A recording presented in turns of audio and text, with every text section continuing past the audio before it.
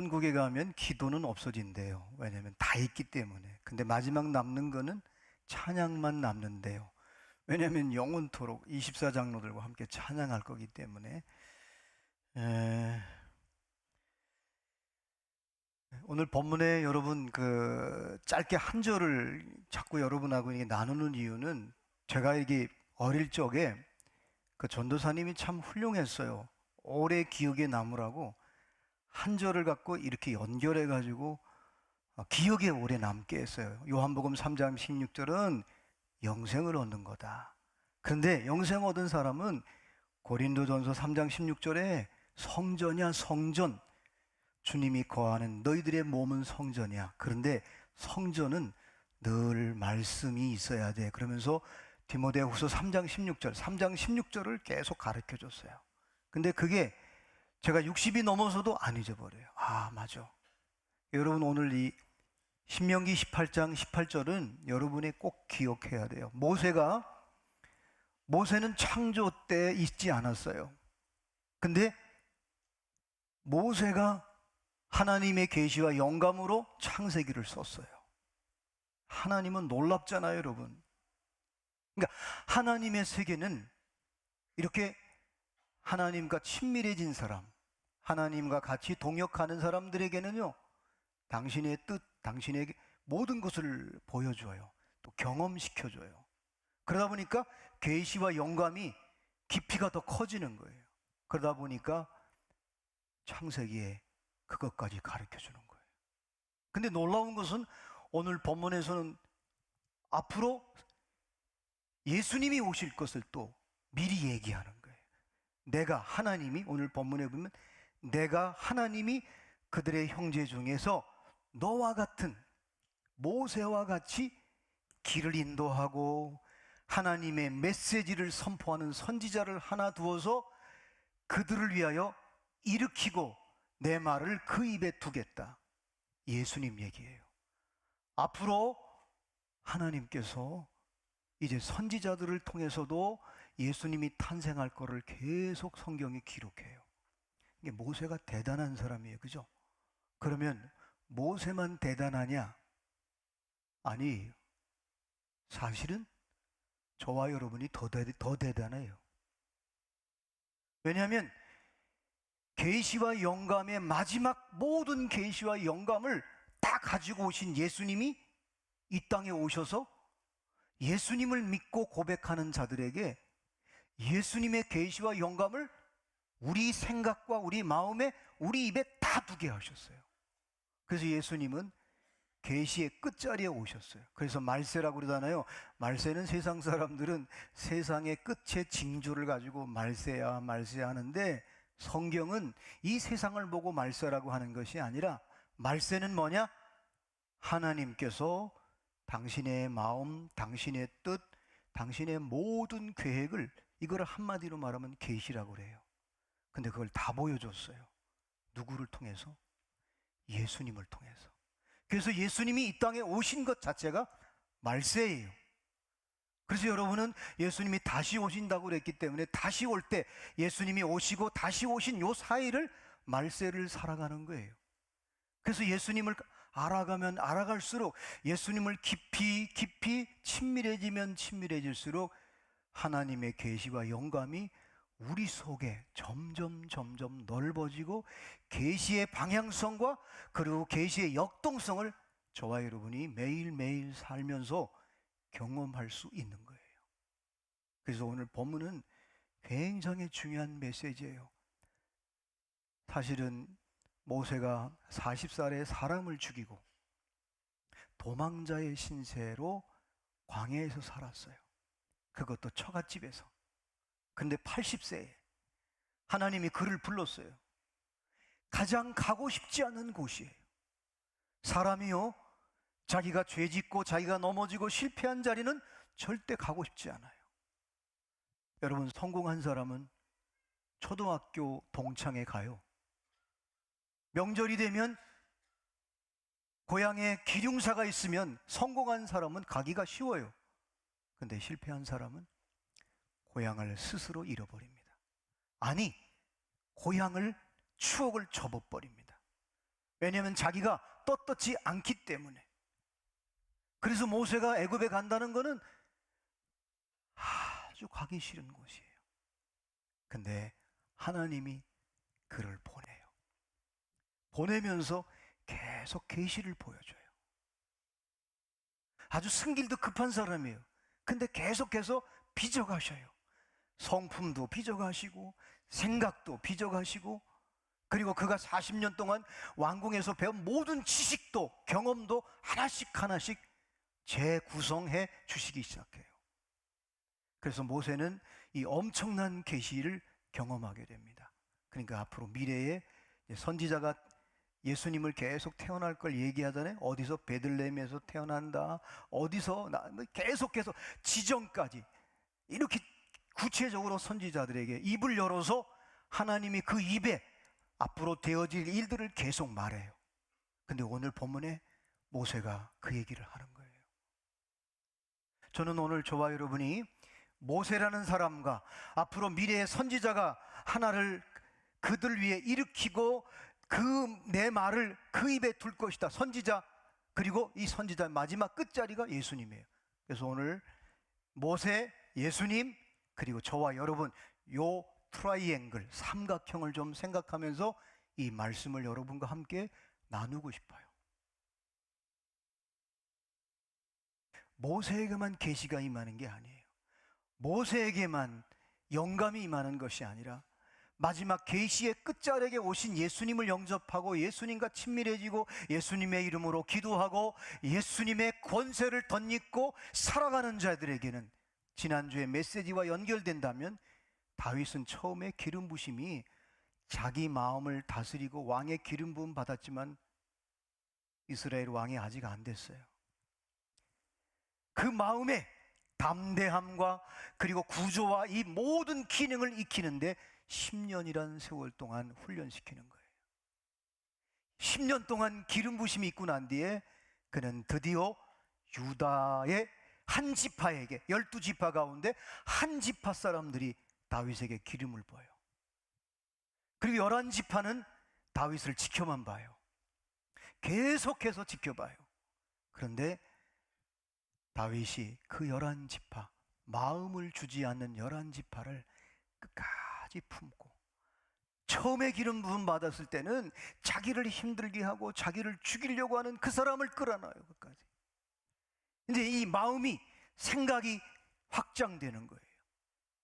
그리고 유다 지파의 왕이 되고 난 뒤에 그 반대하고 시큰둥하고 이렇게 침묵하고 있는 그들을 오랜 세월 동안 그들을 품고 그들을 위해서 헌신하고, 그리고 이들과 하나가 되기를 그렇게 애정을 쏟을 때, 때가 돼서 하나님께서 이스라엘 12지파 장로들에게 기름을 부어서 이제 드디어 통일 왕국의 시대를 이루어 갑니다. 이 기름 부심이 다르잖아요. 아마 이 기름 부실 때마다 계시가 달라지고 영감이 달라졌을 거예요. 그래서 다윗은 가장 소중한 게 뭔지를 깨달아요. 나단 선지자가 자기에게 직언을 해요. 아주 아픈 얘기를 해요. 여러분 아시는 대로 왕과 제사장은, 구약 성경의 왕과 제사장은, 왕은 혈통으로 이어져요. 제사장도 레위 지파 중에서 혈통으로 이어져요. 근데 선지자는 이 혈통으로 만들지 않아요. 왕이 잘못했을 때, 왕이 곁길로 갈 때, 제사장이 잘못 행할 때, 곁길로 갈 때 하나님은 선지자를 준비시켜서 그에게 가서 그대로 아파도 힘들어도 책망을 해버려요. 왕이시여, 그 길은 안 됩니다. 제사장에게 너희들은 왜 돈만 생각하느냐, 제사장이 그 사역을 잘못할 때 선지자를 통해서 아주 매섭게 얘기를 합니다. 근데 선지자의 마지막 선지자로 예수님이 오시고 난 뒤에는 저와 여러분이 베드로가 깨달았잖아요. 아, 우리가 왕 같은 제사장이구나. 그러면 선지자는 끝났어. 선지자 시대는 끝냈는데 어떻게 우리가 바른 길을 가게 하느냐? 그게 바로 성령님께서, 각자에게 성령님께서. 여러분 선지자가 있으면 한계가 있잖아요. 서울에 있는 선지자는 서울의 사람들에게만, 그러나 부산에 있는 사람은 누가 바른 길을 가는지 어떻게 알겠어요? 근데 성령께서 또 다른 보혜사를 우리에게 보내주셔서 시공간을 초월해서 여러분 각자가 성전이기 때문에 성령께서 여러분에게 바른 길을 가도록 깨닫게 하고 생각나게 하고 기억나게 하기도 하고, 때로는 마음에 평화가 없어요. 그러면 틀림없어요. 그건 하나님이 원치 않는 길이에요. 혹시 여러분 어떤 것을 결정할 때 괜찮아요, 계산해 보면 딱 맞아요. 근데 혹시 기도하다가 여러분이 마음에 평화가 없으면 그 길은 좀 생각해 봐야 돼요. 왜냐하면 하나님의 나라는 먹고 마시는 것이 아니라 로마서 14장 17절 말씀에 성령 안에서. 이게 성령 안이라는 말은 뭐예요?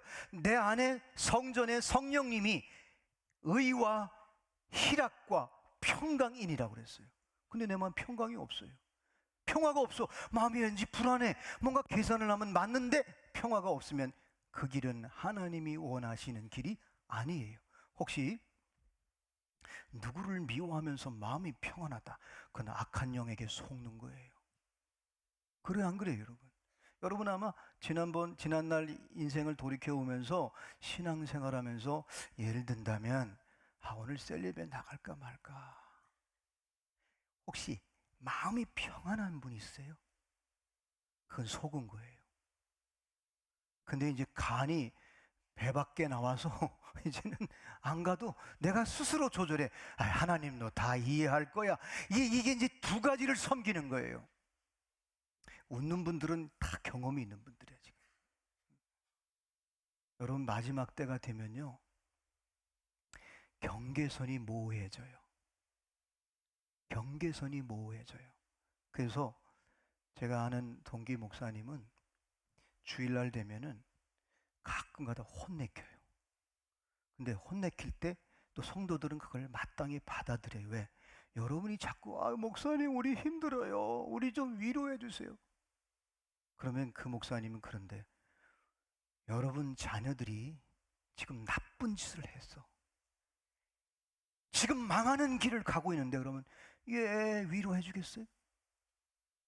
야 임마! 정신 차려! 그래도 안 되면 너 죽고 나 죽자. 지금 내 자식이 망하는 길을 가고 있는데 그냥 위로해요? 아니죠. 혼내켜야죠. 따끔하게 혼내야 정신이 바짝 들잖아요. 그 옛날부터 고집이 센 아이에게 매를 들면서 너 혼날래? 그러면 아빠 잘못했어.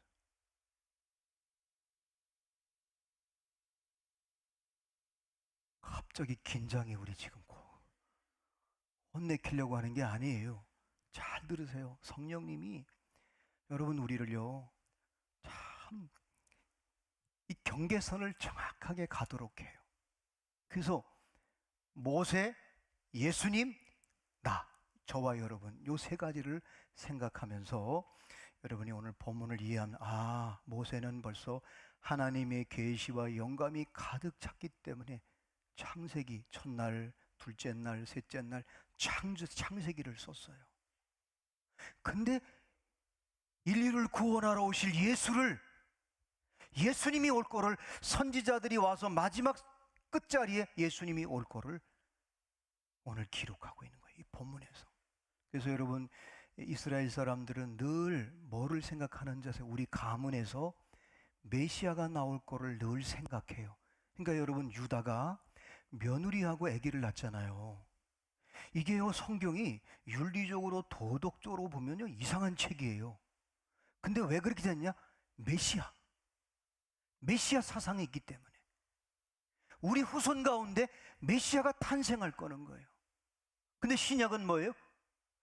예수님을 영접하면 그 예수님으로 내가 복음의 하나님 나라의 대사가 되고 주님의 제자가 돼서 살아가는 거예요. 이미 우린 메시아가 왔어요. 메시아가 오신 예수님을 내가 몸이 성전이 되어서 저와 여러분이 예수님을 모시고 살면 우리의 죄와 우리의 저주와 우리의 심판은 십자가로 해결하고, 저와 여러분이 진리 가운데 살고 옳은 길로, 승리의 길로, 축복의 길로, 구원의 길로 가는 길을 예수님이 보혜사 성령께서 자꾸만 우리로 하여금 그쪽으로 가게 만드는 거예요. 이게 성령의 기름 부심이에요.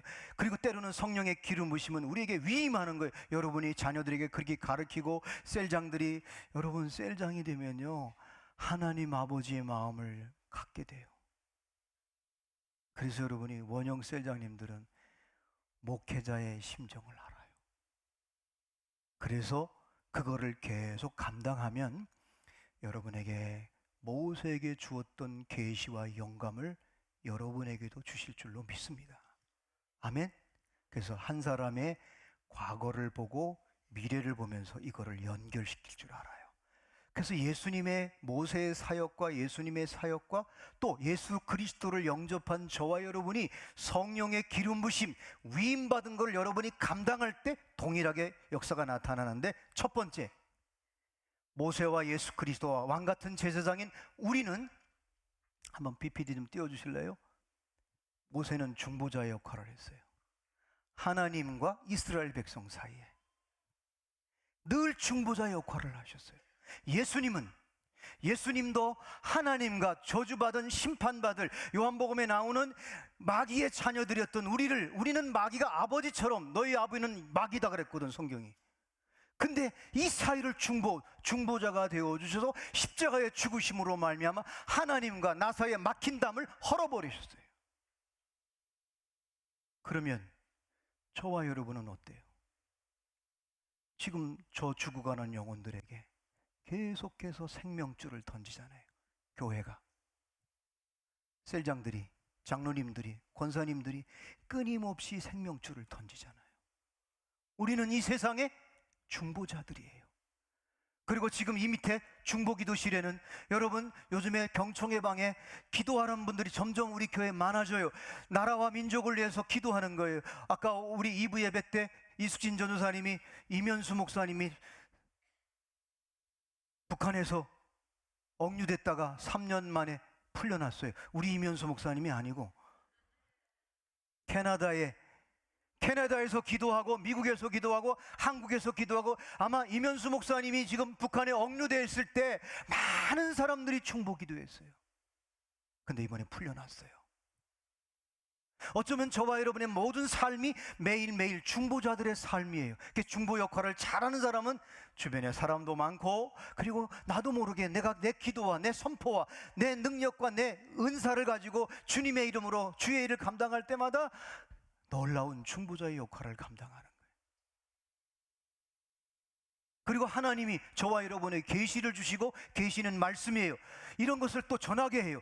모세가 하나님의 계시를 전했어요. 예수님도 하나님이 뜻을 전했어요.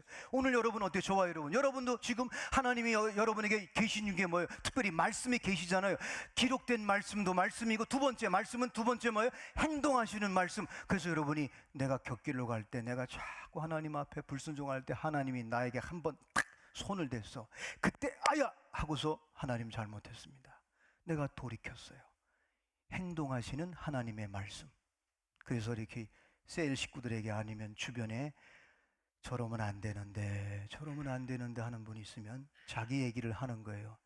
집사님, 옛날에 내가 그렇게 살다가 하나님이 진짜 그때는 힘들었어. 근데 처음에는 왜 나에게 이런 일이 있었을까 했는데 지금 생각하니까 하나님이 글리 가지 말라고 나를 물질을 걷어간 거고 그 질병을 주었어.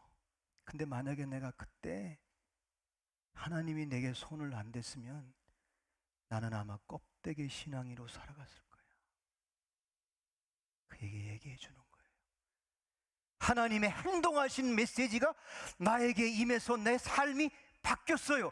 변화됐어요. 변화된 상태를 가지고 그 사람에게 말하면 그 사람은 그 계시의 말씀이에요. 또 사람을 통해서 하나님이 말씀하셔요. 그래서 하나님의 계시를 주시고 전하게 하셨어요. 모세도 그랬고, 예수님도 그랬고, 예수 그리스도를 믿는 저와 여러분도 똑같아요. 특별히 여러분, 세 번째, 모세의 말과 행위에 큰 능력이 나타났어요. 저와 여러분이 무슨 능력이 있어요? 근데 여러분이 믿음으로 기도하고 그 영혼을 품고 VIP를 품고 1년에 우리 2번 전도하잖아요. 추수행사. 우리 무슨 능력이 있어요? 근데 말씀 주신 대로 그 약속대로 여러분이 믿고 나갈 때, 행할 때 하나님께서 우리를 통해서 역사하시잖아요. 예수님의 사역, 우리의 사역, 그리고 모세의 사역을 하나님께서 위임해 주셨어요. 여러분에게 뭐를 줬어요? 하늘의 권세와 땅의 권세를 주었어요. 여러분이 여기서 땅에서 매면 땅에서, 하늘에서 매이고 땅에서 풀면 하늘에서 풀리는 거예요. 여러분이 기도할 때 모든 게 예수님의 권세, 예수님의 이름으로 감당하는 것마다 풀리고 회복되는 역사가 있는 거예요. 한 걸음 더 나가서 모세는 율법을 세웠어요. 율법은 뭐예요? 본래 에덴 동산에는 선악과 행동의 변화예요. 근데 율법은 뭐예요? 십계명 같은 경우는 관계의 법이에요. 하나님과의 관계, 또 이웃과의 관계, 부모님과의 관계, 관계의 법이에요. 근데 예수님은 새 계명을 주셨어요. 새 계명은 뭐예요? 마음의 법이에요. 그래서 마음으로 미워하면 살인이에요. 마음으로 음욕을 품으면 음란한 거예요. 간음한 거예요. 이 마음의, 그 마음의 성전이 마음이니까 주님을 모시면 그런 모든 것들을 이기는 거예요. 그런데 저와 여러분은 하나님의 성전이기 때문에 성령이 거하니까 로마서 8장에 있는 그 생명의 성령의 법을 저희들이 깨닫게 되는 거예요. 내 안에 성전이니까 성령님이 기름 부어주시고 성령님이 위로해 주시고 성령님이 가르쳐주면 내 육신은 자꾸 죄를 짓는데 성령의 법을 깨달으면 생명의 성령의 법이 죄와 사망의 법에서 우리를 자유케 하고 해방시키는 거예요. 그래서 모세의 사역, 예수님의 사역, 우리의 사역이 위임되어 있어요. 얼마나 소중한 계시요 메시지인지 모릅니다. 다섯 번째로는 모세는 여러분 아시는 대로 하나님의 집에 청지기였어요. 예수님도 하나님의 집에, 우리는 어때요? 교회, 여러분의 가정이 교회잖아요. 여러분이 셀이 집이 하나님의 집이 오이코스예요.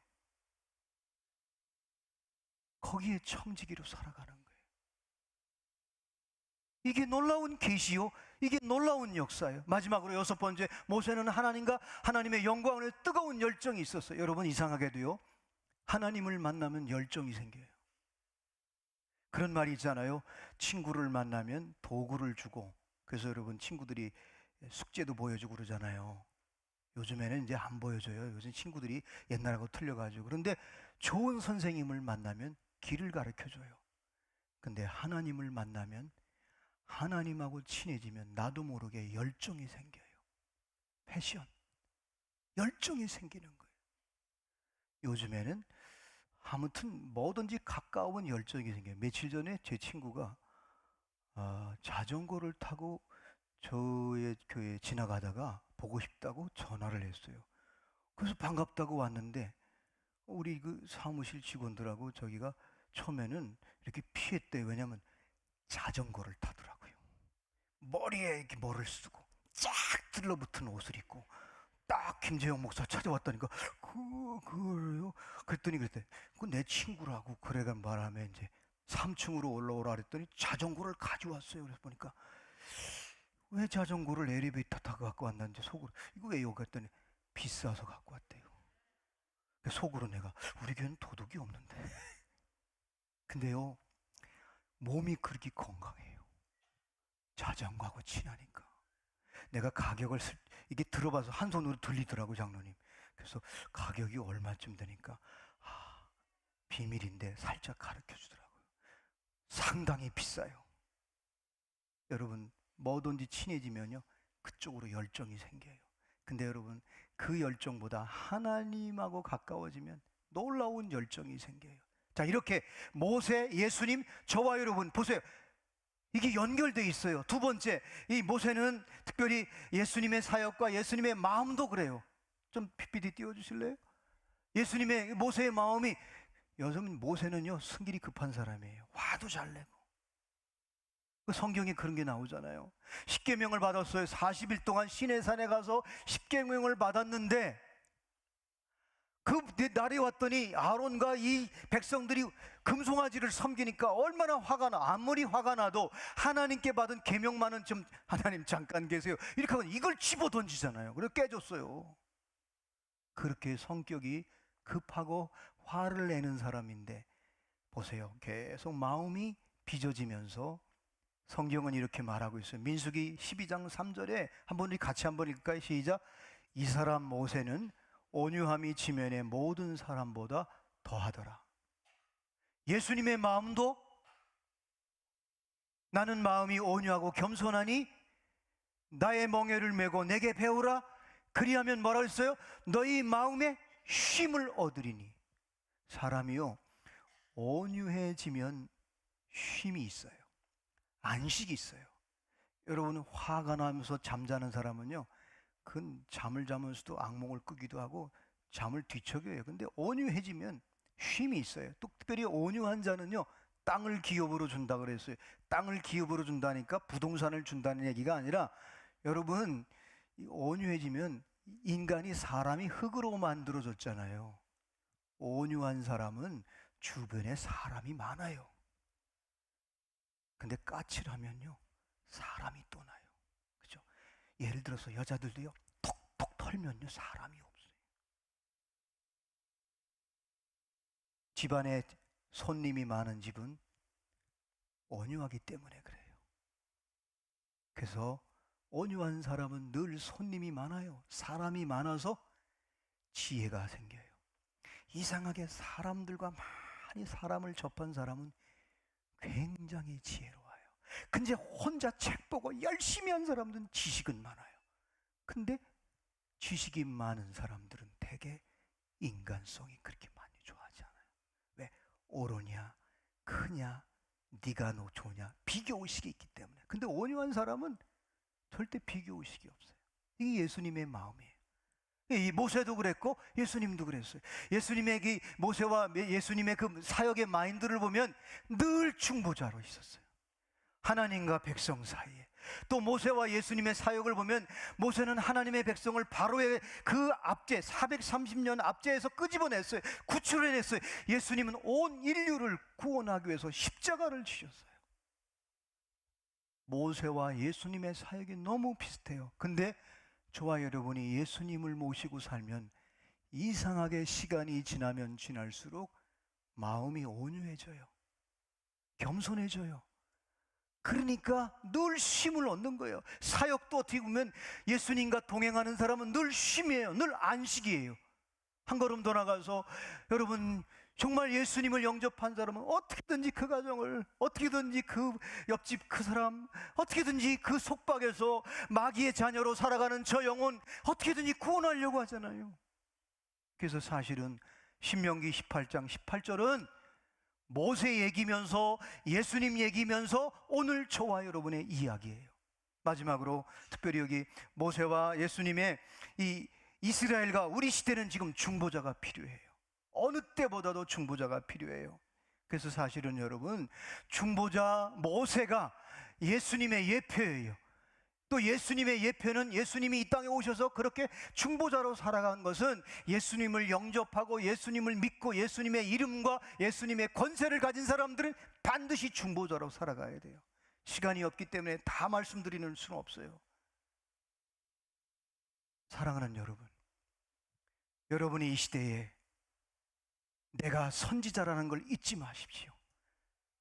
이 선지자라는 말을 잘못 또 여러분이 듣고 요것만 가지고 동영상에서 이야기하면 제가 이단이 되는데, 그런 선지자가 아니라 성령님께서 내 안에 기름 부어주시고 내게 가르쳐주시고 지혜를 주시고 능력을 주어서 나로 하여금 구원의 길, 승리의 길, 축복의 길에 들어서게 할 뿐만 아니라 내 주변 사람들을 그렇게 승리의 길, 구원의 길, 축복의 길, 약속이 성취되는 길로 인도하는 인도자가 된다는 사실을 저와 여러분이 잊지 마시기 바랍니다. 특별히 셀장님들, 또 우리 셀 식구들, 셀장님의 말을 잘 들어야 돼요. 여러분, 지도자의 말을 들으면 지도자가 주는 기름 부심이 있는 거예요.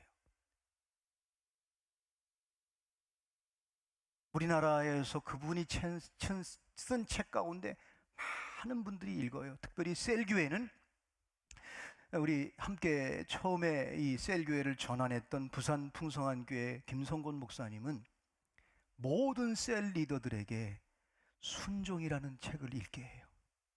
제가 지금 생각이 안 나네. 그분의 저자가 목사님 누구죠? 순종. 이분의 책을 꼭 읽게 해요. 그게 뭐냐? 부모님에게 순종하고 자기 앞에 세워진 리더에게 철저히 순종하는 거예요. 그러면 순종할 때 기름 부심이 있는 거예요. 여러분, 이건 어릴 적부터 여러분이 훈련해야 돼요. 제가 이번에 휴가를 자카르타에 가서 좀 있었어요. 제가 좀 정리할 일도 있고 또 우리 영적 가족 가운데 또 그쪽으로 가는 분도 있고 그래가지고 이게 좀 약간 아주 얼굴을 보지 않으면 해결이 안 되는 일이 있어 갔는데 제가 거기서 엄청난 도전을 받았어요. 전 세계 개발하는 그 회사 가운데 리뽀라는 회사가 세계 1위예요. 그런데 그 리뽀가 지금 큰 프로젝트를 지금 감당하고 있는데 거기에 분양 사무실에 갔는데 제가 놀랐어요. 그분의 저택은 제가 머물고 있을 때 반대편에 집이 있는데 사무실은 본부는 홍콩에 있대요. 근데 그 리뽀 회장님이 금요일이 되면은 아무리 바빠도 셀레베를 안 빠지는 거예요.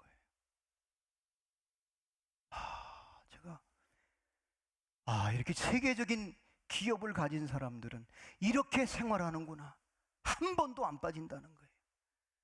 우리는 말하면 셀이고 그쪽에는 구역이라고 되는데 그분은 셀이 뭔지 모르니까 그분 셀레베를 오는 거예요. 근데 그분은 저한테 설명해 구역예배라고 그러는데 제가 볼 때는 셀레베예요.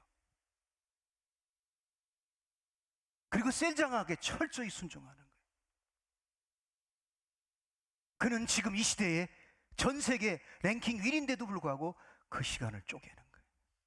여러분, 오래전에 지미 카터 대통령께서 속초의 양양에서 헤비타트 집 없는 사람들 집 지어주는 여름에 와가지고 봉사를 하고 이제 돌아가야 되는데 김대중 대통령께서 며칠만 더 쉬었다 가라고 했을 때 카터 대통령이 유명한 말을 했어요. 대통령 각하, 저는 가야 됩니다. 왜냐하면 내가 주일학교 교사이기 때문에 주일날 나를 기다리는 아이들이 있기 때문에 저는 가야 됩니다. 사랑하는 여러분, 여러분은 이 시대에 오늘 모세가 말했던 것처럼 앞으로 선지자를 세울 거예요. 여러분이 바로 여러분 가정에, 여러분 셀에, 여러분의 직장에, 여러분의 사업장에 선지자라는 사실을 잊지 마시기를 주님의 이름으로 축원합니다. 그래서 하나님의 명령에, 하나님의 말씀에 입을 두을 때, 내게 입을 두고 내 삶에 하나님의 말씀이 임할 때, 그거대로 순종하고 나갈 때, 그때 놀라운 명령에 순종할 때 나를 통해서 내 모든 하는 일에 하나님의 구원의 역사가 이루어지게 되는 것입니다. 우리 한번 베드로 전서 2장 9절 말씀, 우리는 오랫동안 우리가 이 본문을 잘 알고 있어. 한번 자세히 천천히 한번 같이 읽었으면 좋겠어요. 시작. 그러나 너희는 택하신 족속이요 왕같은 제사장들이요 거룩한 나라요 그의 소유된 백성이니 이는 너희를 어두운 데서 불러내어 그의 기이한 빛에 들어가게 하신 이의 아름다운 덕을 선포하게 하려 하심이라. 우리의 존재를, 우리 한 사람 한 사람이 택하신 족속이라는 거예요. 왕같은 제사장은 여러분이 다 정체성을 알고 있기 때문에 더 말씀드리지 않습니다. 그럼 우리는 누구냐? 거룩한 나라요 하나님의 소유된 백성이요 너희를 어두운 데서, 저와 여러분이 얼마나 어두운 데서 불러냈어요. 그래서 그 기이한 빛에 들어가게 하시니 아름다운 덕을 우리로 하여금 만방에 선포하게 하기 위해서 우리를 하나님이 부르셨어요. 사랑하는 여러분, 이 가을에 여러분 정말 이 시대가요 경계가 무너졌어요. 진리가 뭐예요? 모두 개인주의예요. 저는 개인주의는 좋다고 생각해요. 왜냐하면 타자를 소중히 여기고 타자의 자존심과 인권을 소중히 여기고 내 것도 소중해. 개인주의는 중요한데 문제는 이기주의예요. 이 개인주의가 이기주의로 가면 큰일 나는 거예요. 근데 복음이 없으면 전부 이기주의로 가요. 근데 이 복음을 믿는 자, 하나님의 은혜와 선택받은 자, 성령의 기름 부심인 사람은 이타주의로 가게 되어 있어요. 이게 바로 개인주의에서 이기주의로 갈 것이냐 아니면 이타주의로 갈 것이냐, 여기가 경계선이에요. 여러분, 한 사람 한 사람이 내가 왕 같은 제사장이요, 택하신 족속이요, 어두운 데서 불러내서 그 기이한 빛에 들어가게 하신 그의 아름다운 덕을 선전하기 위해서 저와 여러분을 선택하시고 세우시고 부르신 줄로 믿습니다. 그 사명을 여러분이 감당할 때 여러분도 구원받을 뿐만 아니라 많은 영혼들을 구원해내는 그런 역사를 이루실 줄로 믿습니다. 잠깐 있으면서 77된 장로님과 이틀을 같이 보냈어요. 어느 교회라고 말씀드릴 수는 없지만 원로 장로님이에요. 두 부부가 마지막 복음을 전하기 위해 평신도 선교사로 와서 그 땅을 놓고 기도하고 그 땅에 복음을 전하기 위해서 헌신하는 모습을 보면서 저 자신도 많은 생각을 하고 돌아왔습니다. 그러면서 기도 제목을 또 갖게 됐어요.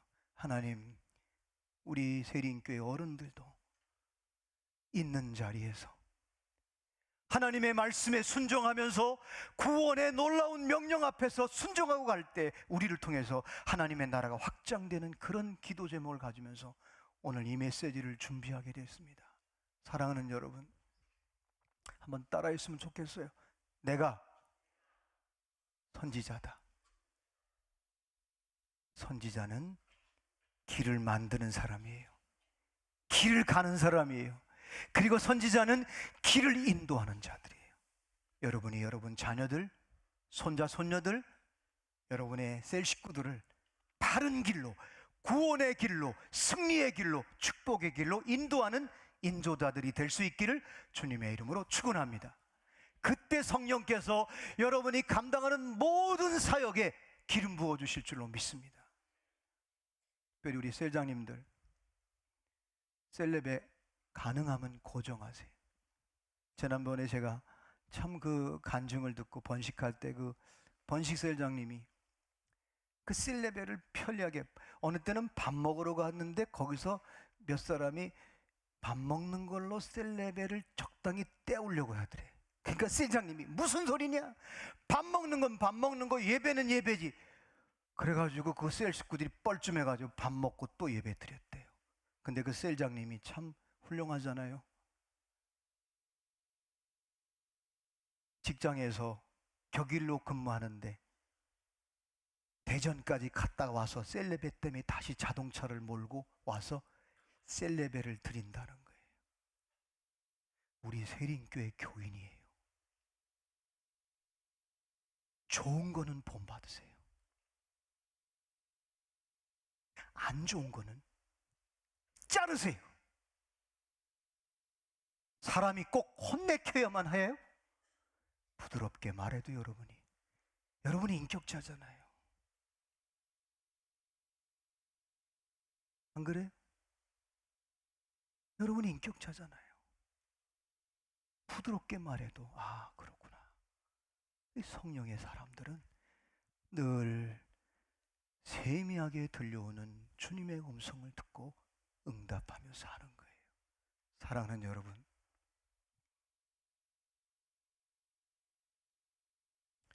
하나님의 명령에 약속에 순종하는 자에게 구원의 역사와 부흥의 역사와 회복의 역사와 세움의 역사가 있습니다. 여러분이, 적어도 여러분 자녀들이 여러분을 보면서, 그래서 눈길을 걸어갈 때 앞에 걸어가는 사람은 똑바로 걸어가야 뒤에 사람도 똑바로 걸어가게 돼 있습니다.